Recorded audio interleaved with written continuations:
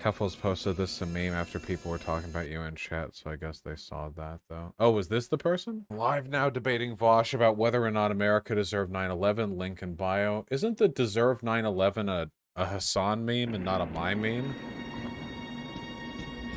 That feels like a Hassan meme to me.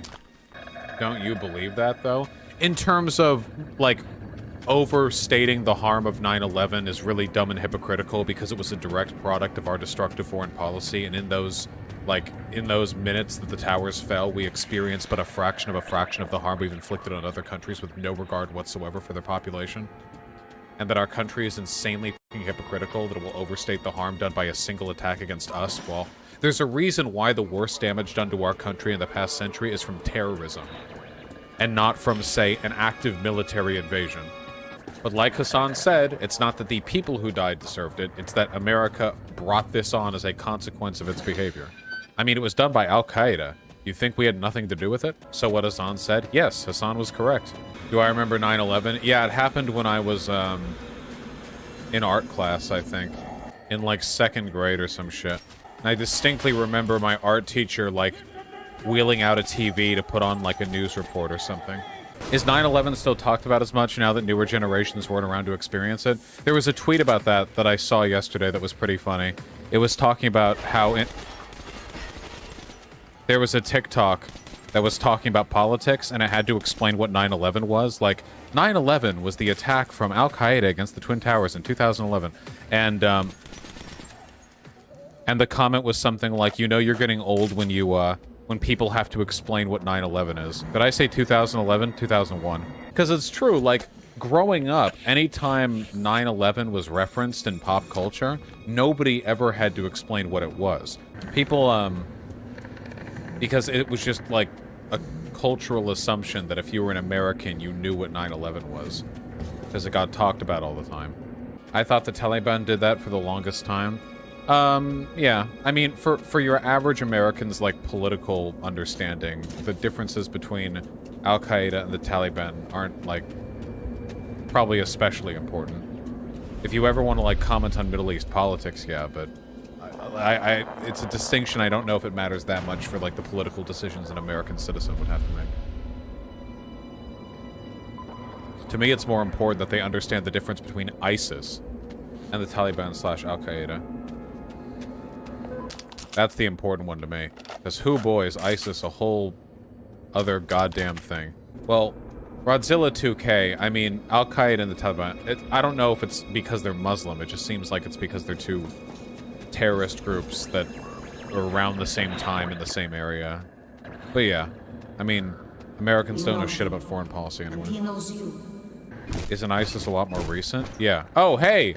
The only reason conservatives pretended to be anti-interventionist is because Trump was also pretending to be anti-interventionist. And that's literally it. As soon as Trump no longer finds it politically expedient to pretend to be anti-interventionist. Seriously, that really is the only... Remember when Trump did that incredibly cringy, you're fired Obama reenactment? Remember that? Dude is so vindictive. The only reason he hated Obama was because, like, Obama was mean to him when he was running. He's just mad Biden did what he couldn't. That's why Sleepy Joe was so sleepy all the time. Isn't it crazy that we invented missiles, like, just 80 years ago, and now they're the bedrock of, like, all intercontinental military posturing, you know? I'm hiding. Hiding like Biden. Like Biden did from Ben Shapiro's debate challenge during the election. I don't know if he ever actually did that. In retrospect, missiles may have actually been a mistake.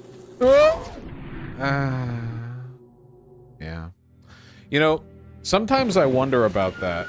Not about missiles, but about nukes. Do you think the world would be a more or less peaceful place without anything atomic or higher, you know? Because on one hand, obviously, nuclear weapons are the only thing we could really end the world with, you know? Like, all other conventional weaponry doesn't really have the ability to literally end the species. But on the other hand, it serves as an effective deterrent that prevents ground invasions. What if in a non-nuclear world we were, like, at war with France right now? Like, why not, dude? The most you can do is just run bombing sort. It's true, we still could have had chemical weapons or bioweapons, but you get what I mean, right? Why have we never made nuclear bullets? Well, we have depleted uranium rounds, which are, you know, something similar, kind of. Also, the complexities of a nuclear detonation aren't really suited for the trajectory and speed of a bullet. Are those real? I thought video games made those up. No, they're real. Hold on. Depleted uranium rounds. They're pretty wild. Depleted uranium is uranium with a lower content of the fissile isotope, so you can't use it for nukes or whatever. It's less radioactive and non-fissile. Use of DU take advantage of its very high density of 19.1 grams per cubic centimeter, 70% denser than lead.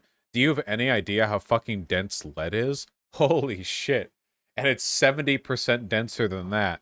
The fucking molecular compound is packed so goddamn tightly together. They're used in counterweights in aircraft, radiation shielding. Military uses include armor plating and armor-piercing projectiles because they're so fucking heavy that they can punch through. What would this bullet do to you? It would do to you the same thing as any other bullet, but it's useful for breaching heavy armor because it's so dense that you can pack an unbelievable amount of weight into a small surface area. They're pyrophoric on fragmentation too? Oh shit, that's sick. I wonder how much one of these bullets would cost. Used as tank armor, 33mm ordnance. Oh wow, yeah. Depleted uranium is favored for the penetrator because it is self-sharpening and flammable. On impact with a hard target, such as an armored vehicle, the nose of the rod fractures in such a way that it remains sharp. That is very interesting. I actually didn't know that. So, almost like a gemstone, the way it like it cuts along certain lines that allows it to so it doesn't flatten. It just shaves off in a continued... That is so interesting. And it often ignites. When a depleted uranium penetrator reaches the interior of an armored vehicle, it catches fire, often igniting ammunition as fuel. Wow.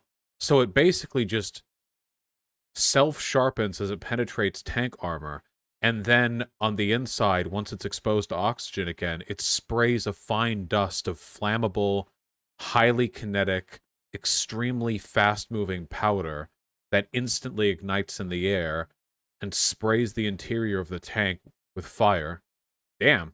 That is kind of sick, but probably also bad. That just... Don't make fun of me for this, but does that not sound like a description you'd see in a fucking 40k wiki? You know, like the Magnetius Imperium bolter fires a blessed shell that self-sharpens as it penetrates the armor and then instantly sprays the interior. It just sounds like some made-up sci-fi grimdark bullshit, you know? It does. Legal status as weapons. I don't think I want these. These seem like they'd be a hassle. It has so much force it will make a vacuum-like force liquefying the crew of a tank. Jesus fuck. Apparently we have a lot of them. In the 1999 war in Iraq, we fired 2/3 Okay, with respect to the Iraqi military in 1991, did we really need depleted uranium rounds for that, you know?